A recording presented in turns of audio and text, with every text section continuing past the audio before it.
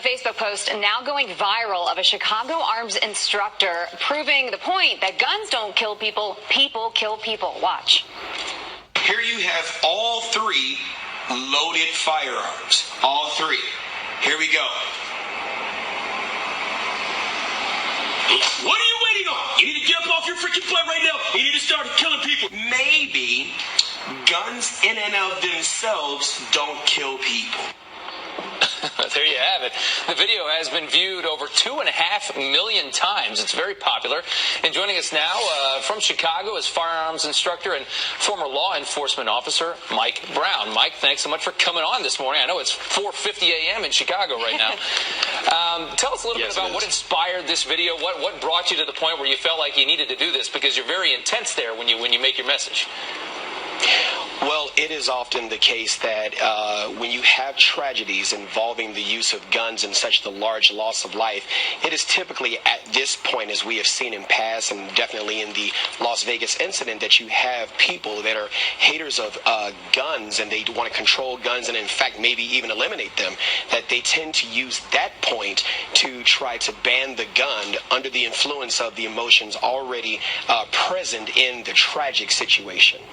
All right, Mike, so in our background here, some notes here about you. You're talking about the increasingly tougher laws not going to change the social, economic, and mental conditions behind the attacks, and also the fact that, people can get guns, they can get them legally, but that they're not getting the proper training. So what would you say then to make the situation better? Because it's an increasing situation, and it seems like the mass shootings are getting worse.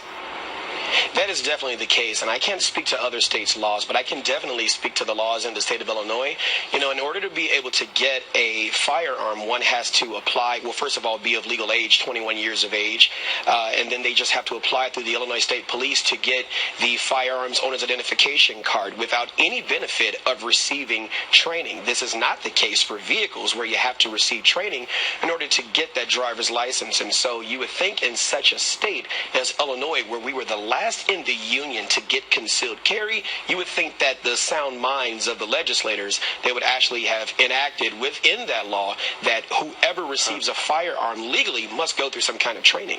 Well, pro-gun people will tell you all day, Mike, they'll say that, it's, in Nice, France, a terrorist killed 86 people with a lorry truck. Are we going to ban trucks? It wasn't a gun that did that, and he killed as many, if not more, than almost any other of the terror attacks of late.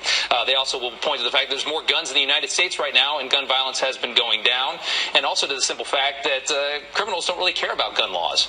And we already have millions of guns in this country, and how are you going to get them all back? But Democrats would simply say, well, if the guy in Las Vegas didn't have all of those semi-automatic rifles, all those people wouldn't be dead. I mean, I feel like there's two sides to every story, and this is one of those.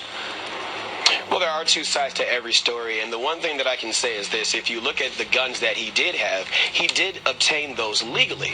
And the bump stock device that was used, that was approved during the time where President Obama was in office and Eric Holder was in office as well. And so I can say that you can ban guns, you can make all kinds of laws that you want to, but the bump stock was ingenuity. And how do you criminalize ingenuity?